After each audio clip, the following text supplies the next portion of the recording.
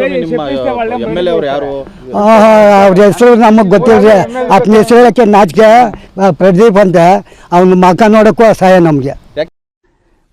ಎಷ್ಟು ನಮಗೆ ಬೇಜಾರಾಗೋಯ್ತು ಅಂತಂದ್ರೆ ನಮ್ಮ ಜೀವನದಲ್ಲಿ ಅಷ್ಟು ಬೇಜಾರಾಗ್ಲಿಲ್ಲ. ಏನಾಯ್ತು? ಏನು ಅವನು ಮಾಡಿರೋ ಕೆಲಸಗಳಿಗೆ ಏನೋ ಅಭಿವೃದ್ಧಿ ಮಾಡಿಲ್ವಾ? ಏನು 3 ಕಾಸಿಂದ ಕೂಡ ಅವರು ಅಭಿವೃದ್ಧಿ ಮಾಡಿಲ್ಲ. ಈಗ ಮೊನ್ನೆ ಎಲ್ಲ ಒಂದು ಕಾರ್ಯಕ್ರಮದಲ್ಲಿ OBCನಲ್ಲಿ ತುಳಿತಿದ್ದಾರೆ ಅಂತೇಳಿ ಒಂದು ಮಾತು ಬಂತು ಅವರ ಬಾಯಿಂದ.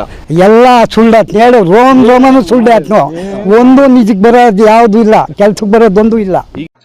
ನಿನಗೆ ಬಂತು ಟೈಮು, ಮೂಟೆ ಮೂಟೆ ಕಟ್ತಾರೆ. ನೀವು ಕೂಡ ಅದೇ ಸಮುದಾಯದವರು ಅಂತ ಹೇಳ್ತಿದ್ದೀರಾ? ಹೌದು. ಇಷ್ಟಪಡ್ತೀರಾ ಈ ಒಂದು ಮಾತಿಗೆ?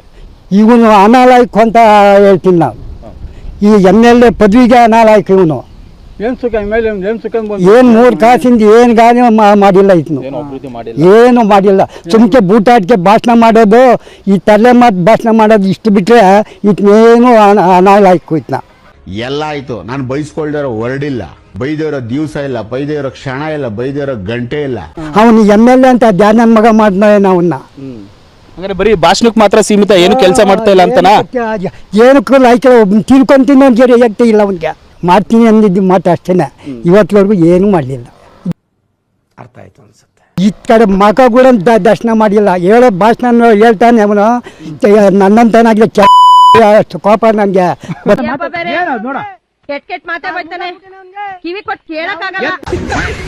ನನ್ನ ಮಗನಿಗೆ ನನ್ನ ಮಗ MLA ಅಂತ ನನ್ನ ಮಗ ಹೇಳ್ತಾನ ಅವನ್ನ.